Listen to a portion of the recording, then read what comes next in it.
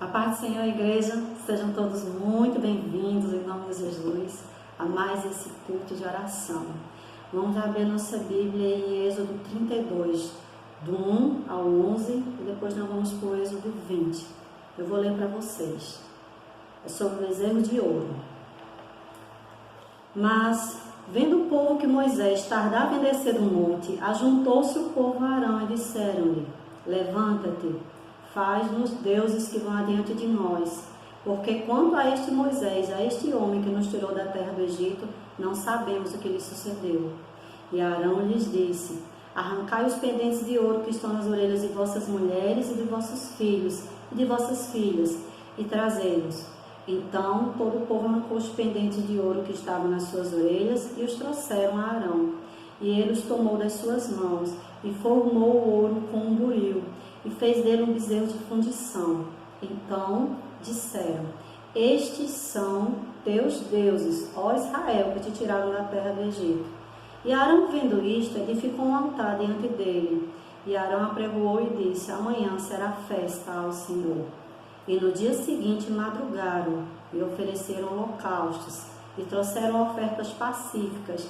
E o povo assentou-se a comer e a beber. Depois levantaram-se a folgar. Então disse o Senhor a Moisés: Vai, desce, porque o teu povo que fizeste subir do Egito se tem corrompido. E depressa se tem desviado do caminho que lhes tem ordenado. Fizeram para si um bezerro de fundição e perante ele se inclinaram. E sacrificaram-lhe e disseram: Estes são os teus deuses, ó Israel, que te tiraram da terra do Egito. Disse mais o Senhor a Moisés: Tenho visto esse povo, e eis que é povo de dura serviço. Agora, pois, deixa-me que o meu furor se acenda contra eles e os consuma, e eu farei de ti uma grande nação. Porém, Moisés suplicou ao Senhor seu Deus e disse: Ó Senhor, por que se acende o teu furor contra teu povo, que tu tiraste da terra do Egito, com grande força e com forte mão? 14. Então, o Senhor arrependeu-se do mal que dissera que havia de fazer ao seu povo. Amém? Nós vemos aqui um povo que estava se corrompendo. Um povo que lá em Êxodo 20, eles sabiam dos 10 mandamentos, sabiam que aquilo dali aborrecia ao Senhor, mas o medo os fez sair da presença do Senhor e adorar um outro Deus. Aqui em Êxodo 20, do 2 ao 4, ao 5, aliás, primeira parte, diz o seguinte: Eu sou o Senhor teu Deus, que te tirei da terra do Egito, da casa da servidão. Não terás outros deuses diante de mim. Não farás para ti imagem de escultura, nem alguma semelhança do que há em cima dos céus, nem embaixo da terra, nem nas águas debaixo da terra. Não te encurvarás a elas, nem as servirás, porque eu, o Senhor, teu Deus, sou Deus zeloso. Amém? Esse é o Deus que nós servimos. Um Deus que zela pela nossa vida e um Deus que não falha. Porque, meus irmãos, às vezes a gente está diante de lutas, de tribulações, e a gente acha que Deus está demorando. Acha que o Senhor está tardando, mas Ele não está tardando. O Senhor nunca tarda. Tudo acontece no tempo certo, no tempo dEle. É a vontade dEle que tem que prevalecer em nossas vidas, e não a nossa. Mas nós não podemos desviar, nós não devemos desviar o nosso olhar, o nosso coração do Senhor, do único que verdadeiramente pode guiar as nossas vidas e adiante de nós. Ele é o Deus que vai adiante das nossas lutas. Senão nós não estaríamos aqui. Nós não estaríamos aqui nem ao menos fazendo esse culto. O Senhor é conosco. O Senhor vai adiante das nossas lutas, das nossas tribulações. Não desvie o teu coração, nem o teu olhar da presença do Senhor. Não desvie um minuto sequer. Que os teus olhos e o teu coração estejam postos no Senhor.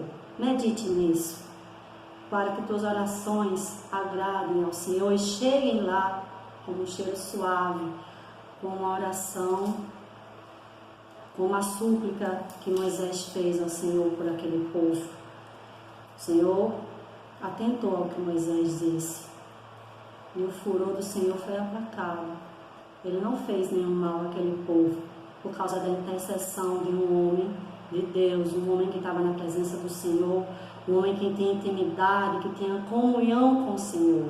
Então, que todos nós aumentemos a nossa fé, a nossa comunhão, a nossa intimidade com o Senhor nesses dias difíceis. Sim, estamos passando por dias difíceis, mas volto a te dizer, o Senhor continua conosco. Ele é o mesmo Deus de ontem, é o mesmo Deus de hoje. Ele é o mesmo Deus de Abraão, de Isaac e de Jacó. Ele continua conosco hoje. Grandes feitos o Senhor tem feito pelas nossas vidas. Grandes livramentos o Senhor tem nos dado. Mas você precisa crer. Você precisa abrir os seus olhos e não se precipitar diante das adversidades. Amém? Pense nisso, medite. Eu quero orar pela tua vida. Senhor, nosso Deus, nosso Pai, graças nós te damos, Senhor. Nós te agradecemos, Senhor, por todas as coisas que tu tens feito, porque nós sabemos que a tua vontade é boa, perfeita e agradável para as nossas vidas. Nós te pedimos, Senhor, pelo teu povo, fortalece, Senhor, fortalece e que os nossos olhos estejam tão somente postos em ti. Aumenta a nossa fé, traz à nossa mente, ao nosso coração, Senhor, aquilo que nos traz esperança, Senhor. Porque grandes coisas o Senhor tem feito por nós, por isso estamos felizes. Se nós estamos aqui hoje, Senhor, nesse culto de oração, é pela tua graça e pela tua misericórdia sobre nós. Continua nos abençoando. Obrigada, Senhor, por tudo que tu tens feito pelas nossas vidas. Obrigada porque nós vimos a tua mão, Senhor. Nós enxergamos o teu agir e o teu mover em meio a todas essas circunstâncias. Obrigada porque tu és o nosso Deus zeloso, aquele que nos guarda debaixo das tuas asas. E nada acontece sem a tua permissão. Glória a Deus por isso. Obrigada, Senhor. Abençoa a todos. Em nome de Jesus. Amém. Deus abençoe a tua vida. Amém.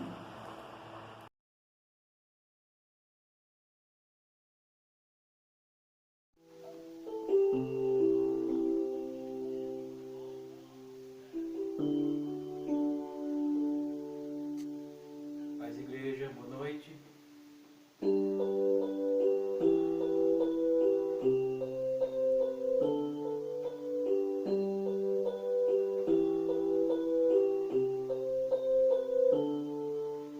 Pela fé posso clamar, pela fé posso enxergar, pela fé posso tocar, pela fé, pela fé. Não há muralhas que ficarão de pé diante de mim. Eu estou firmado em Cristo, para sempre tenho a luz em mim.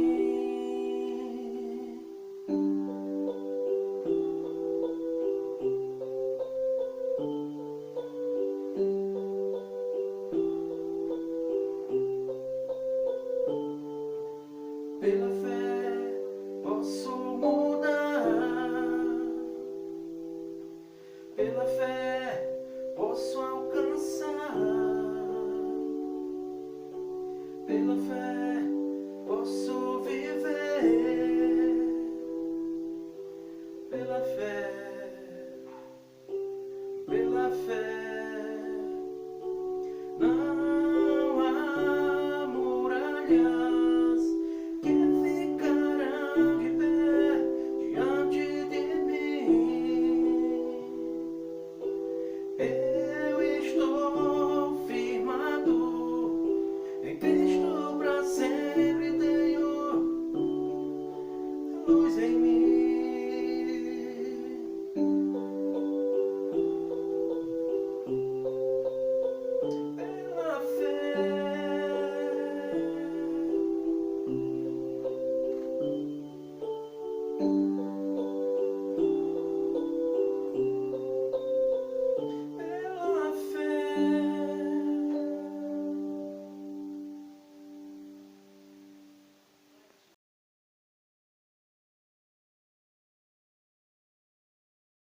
Igreja, dando continuação ao culto de oração, estou aqui para a oração especial, amém? Eu quero deixar uma meditação para a igreja, que fica em 2 Crônica 13. No ano 18 do reinado de Jeroboão em Israel, Abias se tornou rei de Judá e governou 3 anos em Jerusalém. Aqui fala do reinado de Jeroboão e fala do reinado de Abias. Jeroboão era um rei, foi um dos primeiros reis de Israel, né, que se revoltou, né, contra Deus e começou a adorar deuses estranhos. E Abias, ele reinou com Jesus, ele não desobedeceu a Deus, ele continuou firme nos caminhos com o Senhor, amém?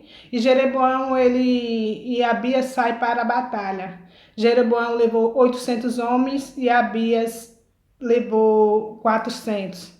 Porém, Abias estava com Deus, e Jeroboão adorava deuses estranhos, não estava com Deus, ele se rebelou.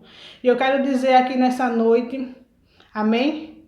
Que é o maior que está conosco do que aquele que está com o inimigo. Amém? Deus é o nosso maior, Deus é aquele que vai à nossa frente, quebrando todas as armadilhas do inimigo. Porque aqui vai falar que Jeroboão, ele preparou emboscada para os homens de Abias, para aquele que estava com Deus. E os homens subiram no monte e clamaram e gritaram. E Deus veio e acabou com o exército de Jeroboão, o exército do inimigo. Ele pode até no momento achar que está ganhando, mas eu vim aqui nessa noite como boca de Deus dizer que o maior é aquele que está conosco. Amém? Maior é aquele que está conosco, Deus de Israel. Às vezes o inimigo ele pensa que ele já tomou conta de tudo, da situação, mas eu vim aqui nessa noite dizer como boca de Deus que Deus está no controle da tua vida. Ele ainda não perdeu o controle dessa situação. Deus está no controle. Enquanto tu estiver aqui clamando a Deus, servindo ao Deus, a batalha, Deus sempre está conosco e vai vencer essa batalha. Amém? Aquele que está nos perturbando, o inimigo que prepara emboscada todos os dias, Deus vai lá e acaba com ele. Ele pode até se achar no momento maior, mas o maior que está conosco, Deus de Israel, amém? E eu quero nesse momento clamar pelas pessoas que estão desviadas dos caminhos do Senhor, que decidiram pelos caminhos de adorar deuses estranhos.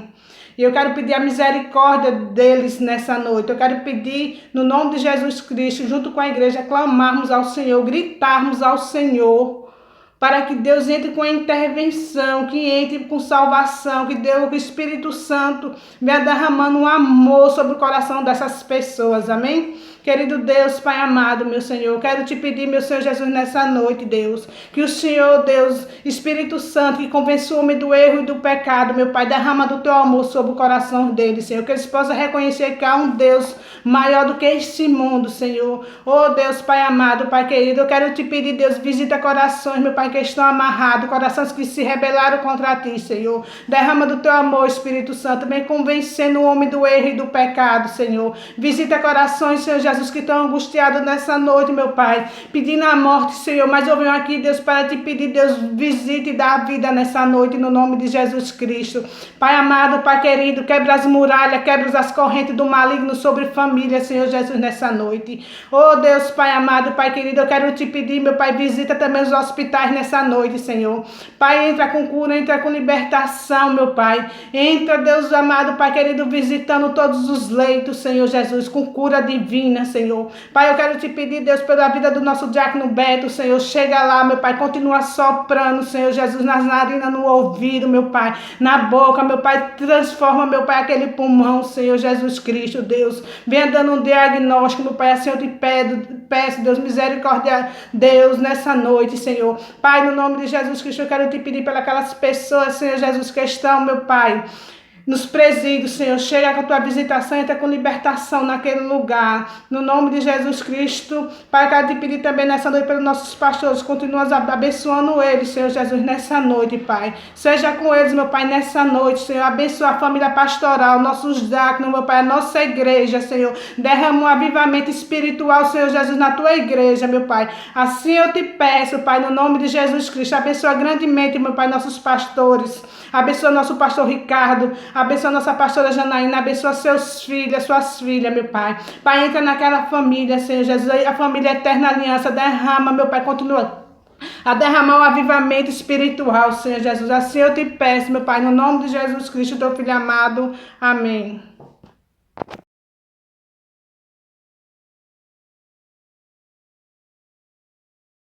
Paz do Senhor, amada igreja. Hoje aqui estamos mais reunidos uma vez, né, no culto de oração. A palavra que eu trago é de dízimos e ofertas, está no livro de Filipenses, capítulo 4, versículo 10, inicialmente. E diz bem assim: Alegrei-me sobremaneira no Senhor, porque agora uma vez mais renovaste a meu favor o vosso cuidado, o qual também já tinhais antes, mas vos faltava a oportunidade. Até aqui por enquanto. Então, meus irmãos, aqui Paulo ele está escrevendo esta carta para agradecer, né, em forma de gratidão aos filipenses por tudo aquilo que eles tinham e vinham fazendo pela vida dele e pela obra do Senhor. Paulo ele fundou a igreja de Filipos quando ele estava indo em direção à Ásia, né? No livro de Atos, né, no capítulo 16, começa a falar que quando Paulo ele estava indo em direção à Ásia pregar, o Espírito Santo de Deus impediu que ele fosse pregar naquela região. E aí ele retornando, né, chegando em Troade, ele tem uma visão. E nessa visão ele vê um macedônio chamando ele, né, pedindo a ajuda dele. E ele recebe aquela visão como um chamado para pregar o evangelho do Senhor. E aí ele chegando à cidade de Filipos, ocorre algumas conversões, ele opera alguns milagres e ali se inicia, né, a fundação da igreja de Filipos. E aqui nesse versículo que a gente leu, ele está escrevendo para agradecer àquela igreja pelo cuidado com que aquela igreja estava tendo com ele. Mas antes ele começa dizendo o quê? Dizendo que se alegrava sobremaneira no Senhor. Porque Paulo, independente da circunstância, ele se alegrava no Senhor. Então, assim, Paulo, ele tem me ensinado muito a me alegrar no Senhor, independente da circunstância, independente do que nós venhamos a passar, que nós possamos nos alegrar de verdade no Senhor, porque nós já ganhamos tudo naquele que morreu na cruz por mim e por você. Então, que você possa se alegrar realmente, de verdade, independente do que esteja acontecendo na sua vida, independente da dificuldade, da adversidade que você vem enfrentar. E aí ele continua dizendo, né? Porque agora uma vez mais renovaste a meu favor o vosso cuidado. Então aquela igreja era uma igreja compromissada, era compromissada com a obra de Paulo. Aquela igreja sabia, entendia que Paulo passava por algumas dificuldades, que precisava sim de recursos para manter a sua obra, né, de evangelização que ele vinha fazendo. Então aquela igreja era uma igreja unida, era uma igreja que se interessava por contribuir na obra, por manter a obra de Paulo viva e efetiva. Por isso que ele diz, né, que eles estavam renovando o cuidado para com ele. E aí eu pergunto, meu irmão, o Senhor já tem feito tanto na sua vida? Deus te tirou de um lugar de escuridão que você vivia, né? E aí eu pergunto, será se você tem renovado o seu cuidado? Será se você tem se preocupado com a obra do Senhor? Porque a gente sabe que a igreja sim tem custos e que ela precisa de mim e de você. Não só um mês, não só dois, não somente quando a gente está bem, mas em meio à adversidade, nós precisamos nos manter fiéis ao Senhor, fiéis à obra do Pai.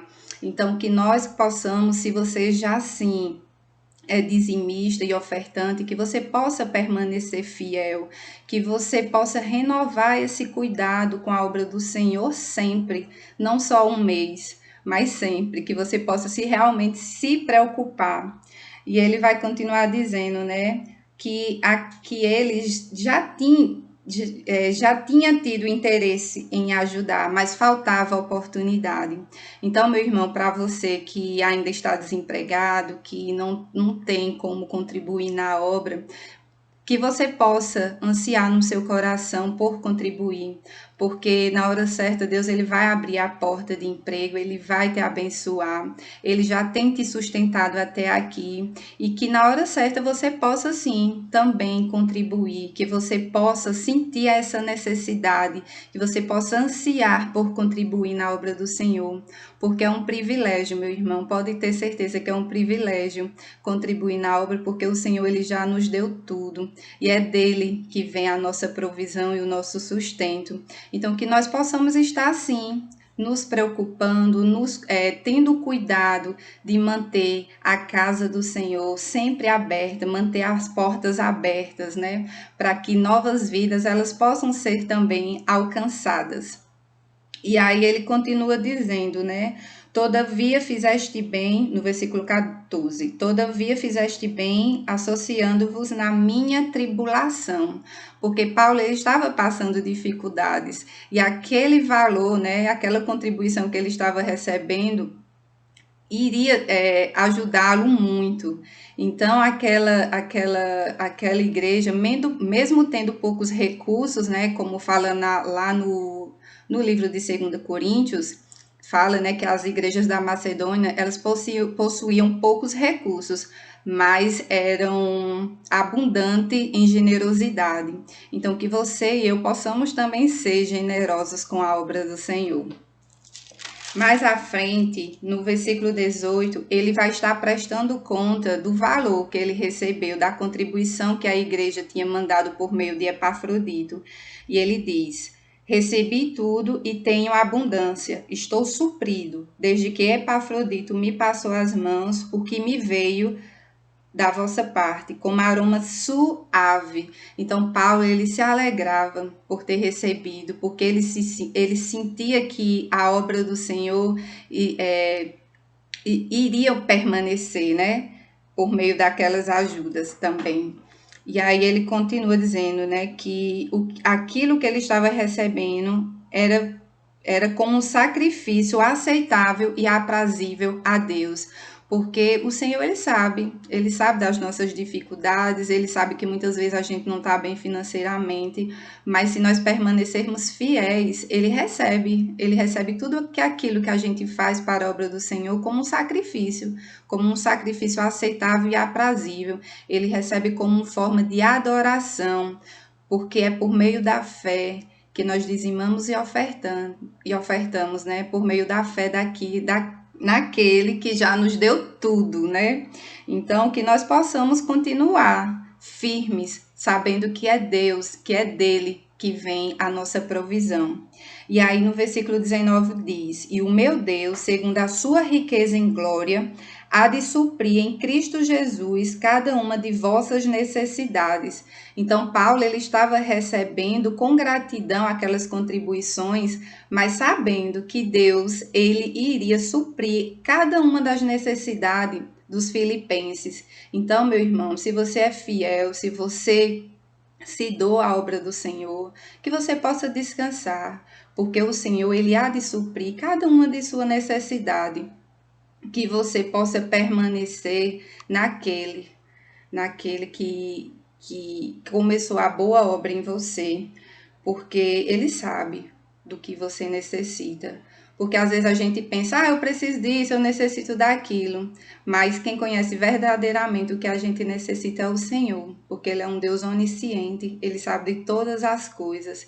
E assim como Ele tem suprido as nossas necessidades hoje, Ele irá suprir amanhã, Ele irá suprir aquelas que porventura venha surgir nas nossas vidas. Então, meu irmão, a palavra é essa, que você possa permanecer fiel ao Senhor, que você possa renovar o seu cuidado para com a igreja de Cristo, porque ela precisa de mim e de você. Amém? Então, vamos orar para que o Senhor continue falando conosco neste momento. Senhor, meu Deus e Pai, grande é a tua honra, tua glória e teu poder, Pai.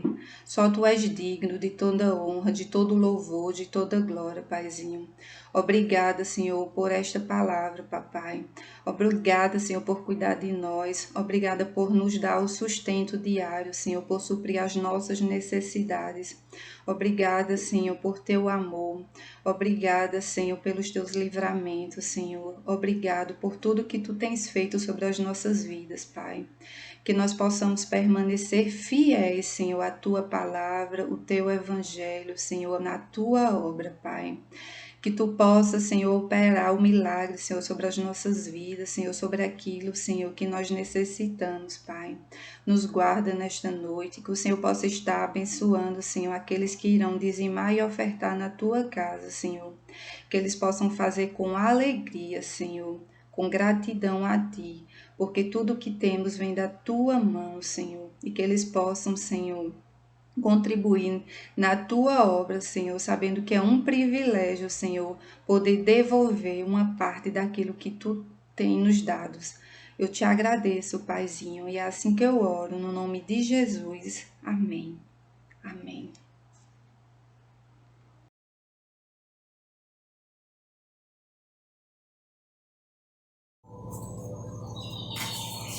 Paz do Senhor, eu vou trazer hoje uma palavra, ela se intitula A Presença de Deus. Mas quem é Deus? Nós crentes, nós temos o que nós cremos, que temos uma comunhão perfeita com Deus o tempo todo. Então a gente fala de Deus o tempo todo, estamos tentando viver com Ele o tempo todo, mas será que em algum instante a gente para e pensa assim, quem é Deus? Por que eu estou dizendo isso? Porque na Bíblia nós vemos pessoas que tinham vida de santidade, criadas em Israel, pessoas que viviam nas leis de Deus, mas no momento em que elas tiveram um encontro com Deus, de um modo mais físico assim, vamos dizer, elas não aguentaram. Daniel fez 21 dias de jejum, mas quando esteve diante da presença do anjo do Senhor, ele desmaiou. Ezequiel quase morreu. Isaías também, né, disse, agora eu estou frito porque meus olhos viram a Deus e eu sou uma pessoa que eu habito no meio de um povo que tem a boca suja e eu também, e agora eu vou. Por quê? Porque às vezes nós vivemos a vida dizemos que estamos em comunhão com Deus, mas na verdade o que a gente tem é uma religião. Ou então uma inconsciência de quem é Deus, estamos o tempo todo falando dele e até falando com ele, mas inconsciente de quem ele é. Mas a gente queria hoje tentar ter consciência de quem Deus é. Uma definição sobre Deus, a mais comum, né, que você encontra até na internet, é assim, um ente infinito, eterno, sobrenatural e existente por si só.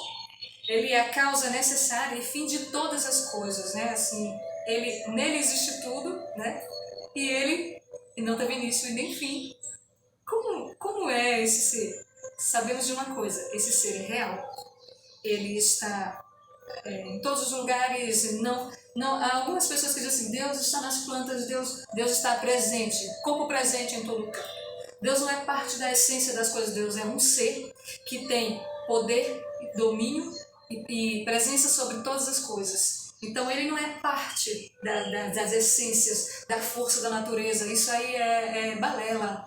Deus ele é um ser que pelo seu poder, onipresença e onisciência sabe todas as coisas e está em todos os lugares. Bom, este é Deus, este ser supremo, superior, que criou todas as coisas, criou o universo, cada partícula que existe e todas as grandes coisas que existem foram criadas por sua supremacia. Ele é um ser, ele é real e ele está presente nas nossas vidas, né?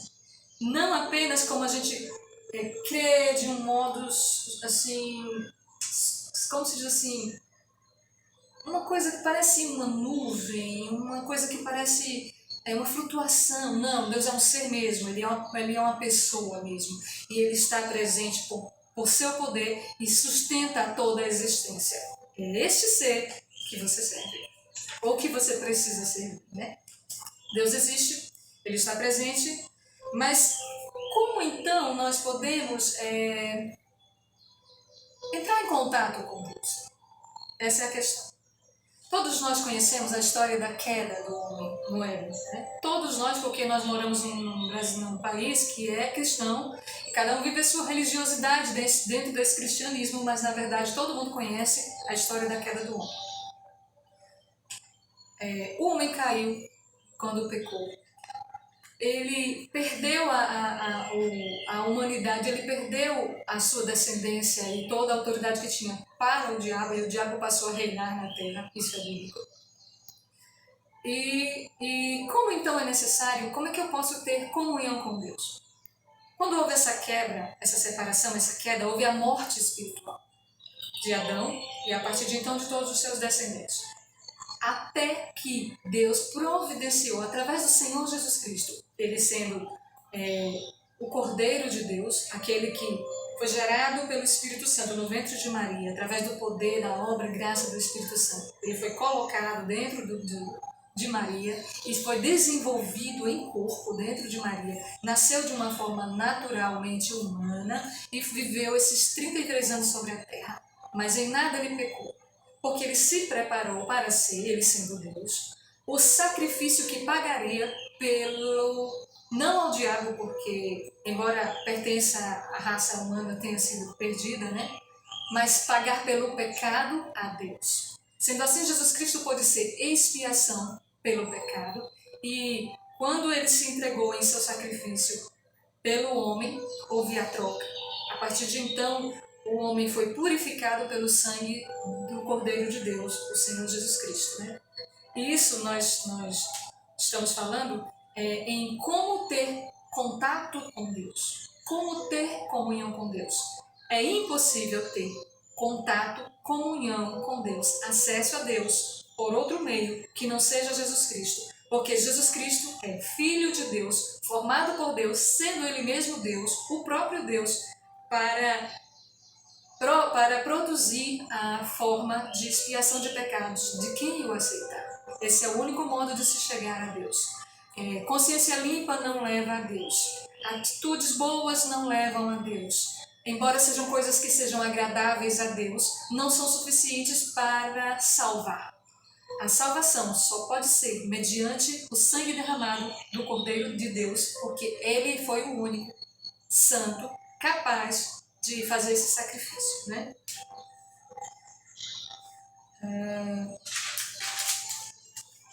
A gente precisa aprender uma coisa que é muito importante. A gente precisa aprender a crer em Deus como Deus é. Quando a gente tem consciência de que este ser supremo, todo-poderoso, ele está conosco, a gente tem, quando tem essa consciência, uma sensação de que nós somos falhos demais, finitos demais, fracos demais, pequenos demais, e esse fato é real. Não é só uma impressão. Quando alguém pode ter consciência de quem Deus é, com certeza ele toma consciência de quem ele mesmo é. Deus existe, Ele é este ser maravilhoso. Ele já providenciou a forma de nos levar de volta para Ele, né? Porque Deus deseja algumas coisas. Deus deseja conosco intimidade. A Bíblia fala que no início, antes de Adão pecar, Deus caminhava com Adão todos os fins de tarde, no chamado viração do dia, né?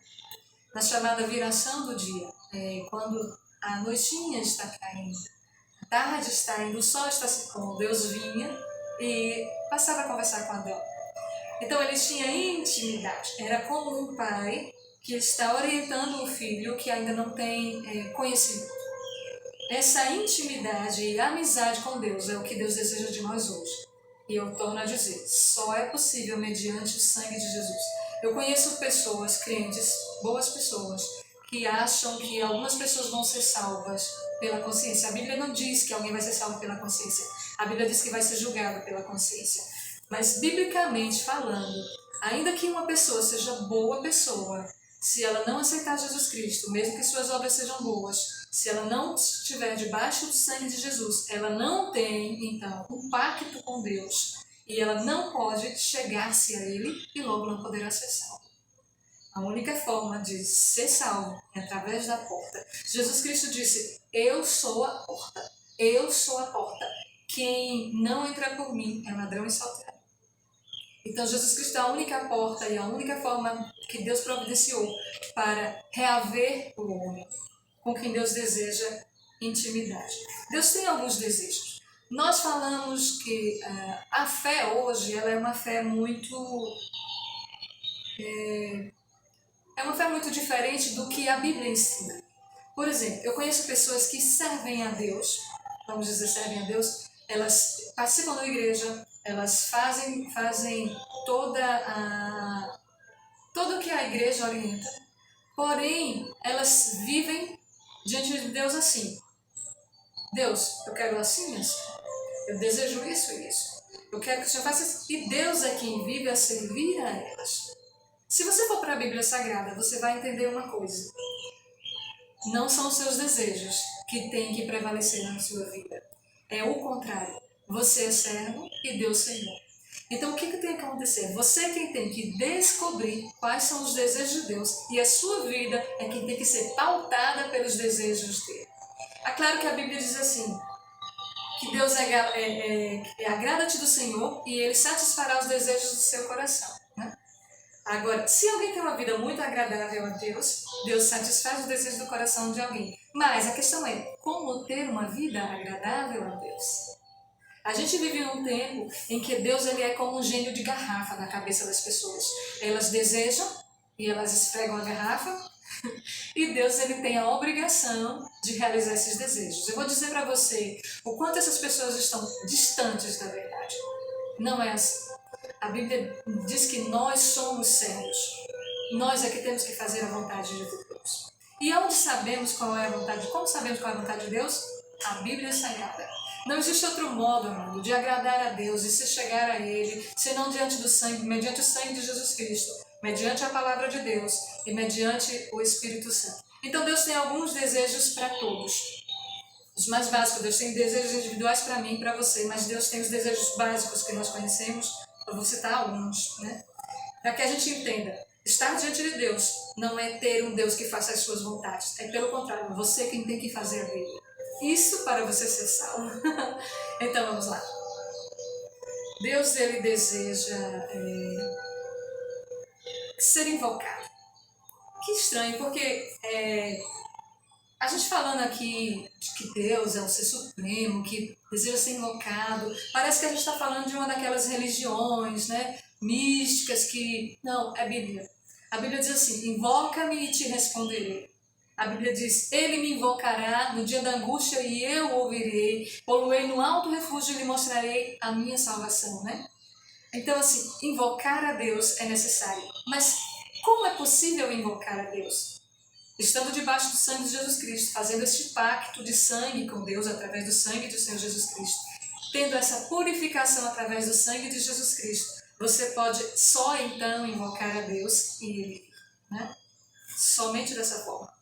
Então Deus deseja ser invocado, né? Deus deseja ser acreditado. Fé não é outra coisa senão acreditar em Deus.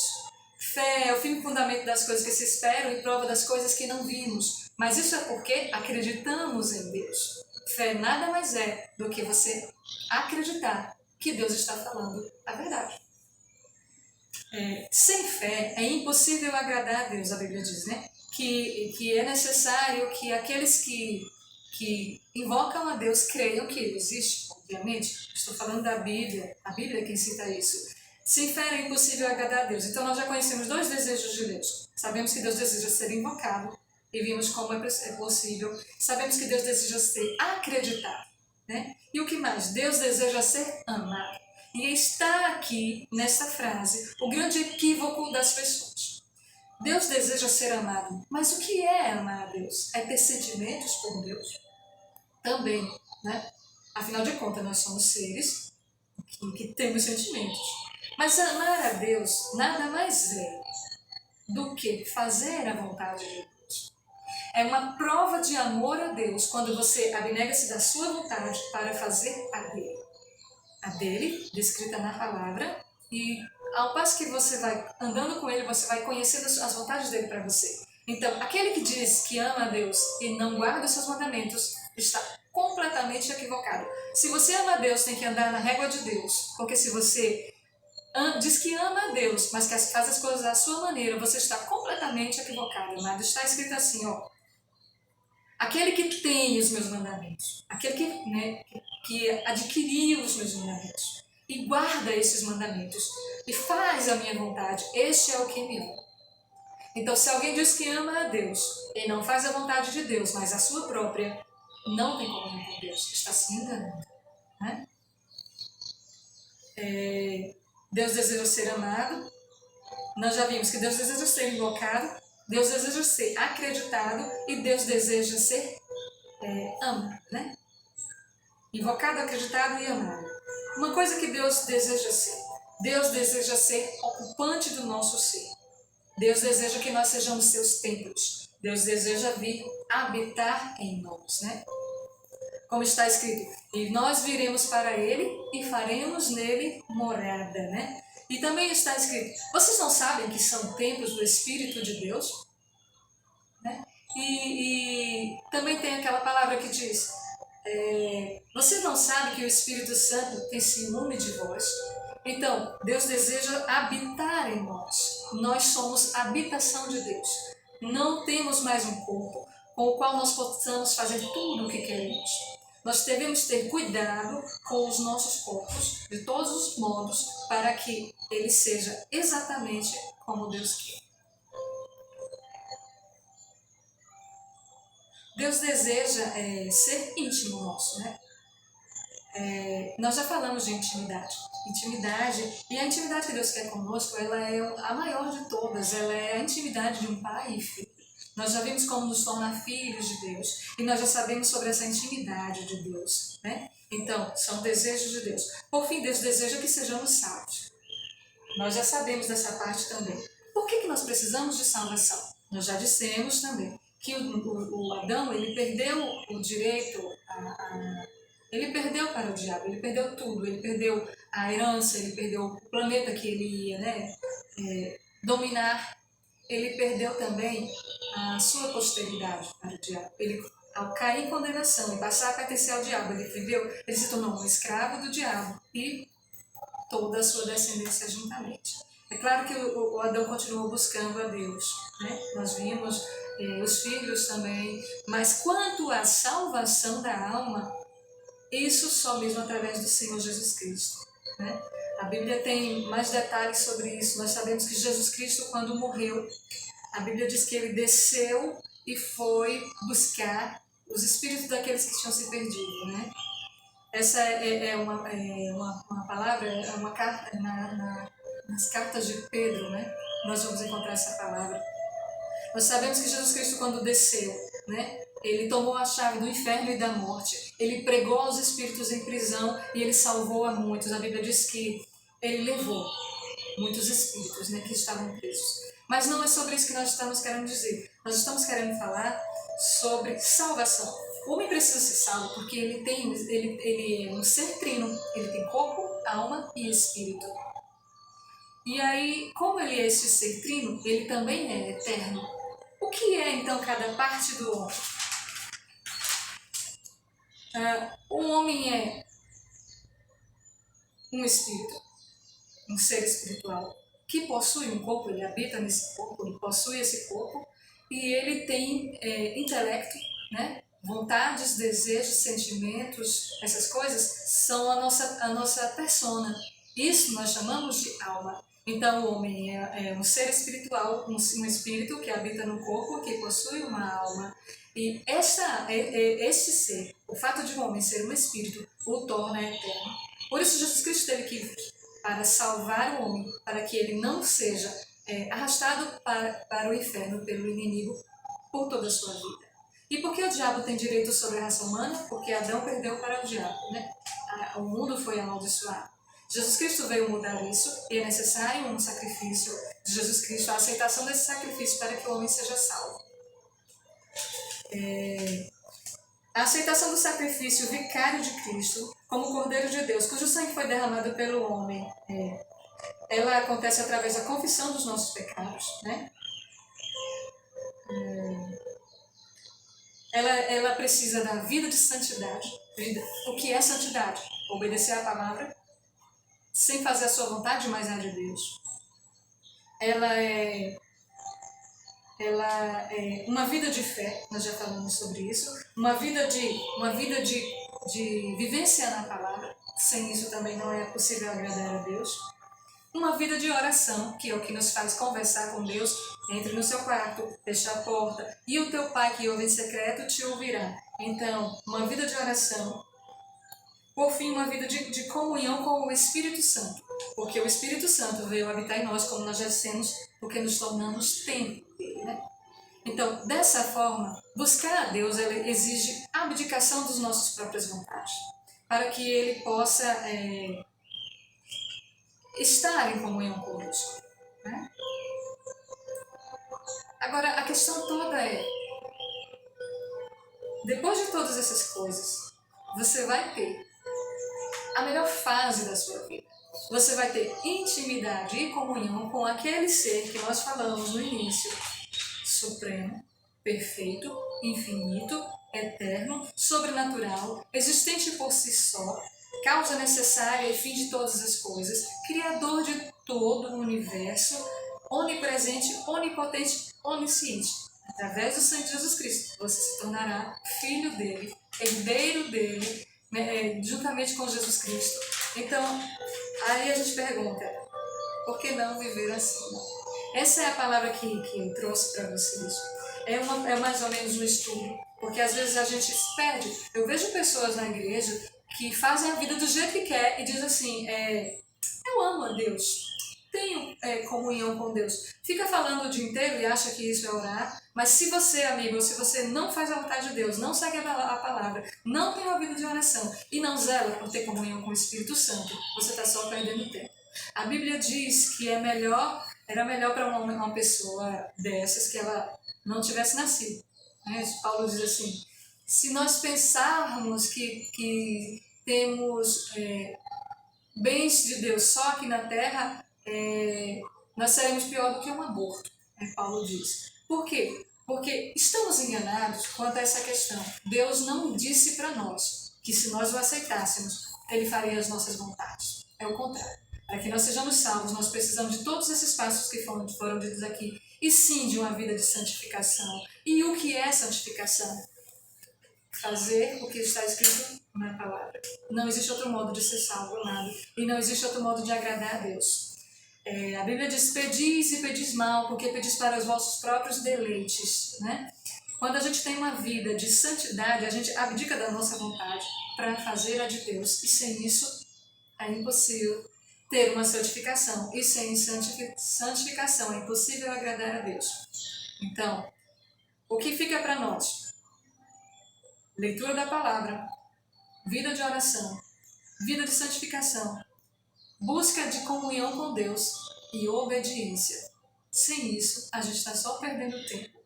Essa palavra é uma palavra dura e diferente do que seria uma palavra de exortação, mas é porque eu creio que é necessário. Quando eu orei por uma palavra, o Senhor me deu esta palavra.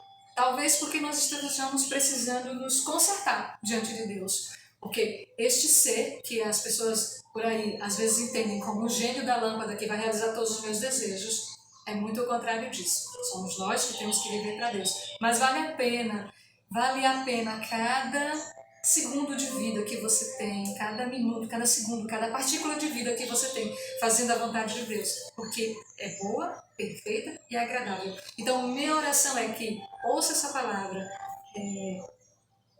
aplique essa palavra no seu coração. Tente descobrir quais são os planos de Deus para a sua vida através de uma vida de oração e leitura da palavra e busca do Espírito Santo. E assim, e só assim, você vai ser agradável a Deus. Então, eu encerro essa palavra fazendo esse apelo. Será que nós estamos fazendo mais a nossa vontade do que de Deus? Vamos como se diz assim, nos observar. Será que nos analisar? Será que eu estou realmente fazendo a vontade de Deus ou eu estou só torcendo para Deus fazer a mim? Será que eu realmente estou vivendo a palavra ou estou usando uma peneira para pegar dela só o que eu quero? Será que eu realmente tenho comunhão com o Espírito Santo e ele pode fazer o que quiser com o meu corpo, já que ele habita em mim? Eu vou me vestir de acordo com o que ele quer, eu vou falar de acordo com o que ele quer, eu vou proceder de acordo com o que ele quer, ou eu estou só dizendo isso da boca para fora? Será que é mais importante para mim agradar a Deus do que a mim mesmo? Essa é uma palavra de reflexão para nós, que eu trago, amados, viu? Foi o que Deus colocou no meu coração. Eu tentei trazer a tudo, eu espero que esteja compreensível. E é isso, vida com Deus é oração, palavra, busca no Espírito Santo, vida de santidade, abnegação para fazer a vontade de Deus. Sem santificação, ninguém verá a Deus. Amém.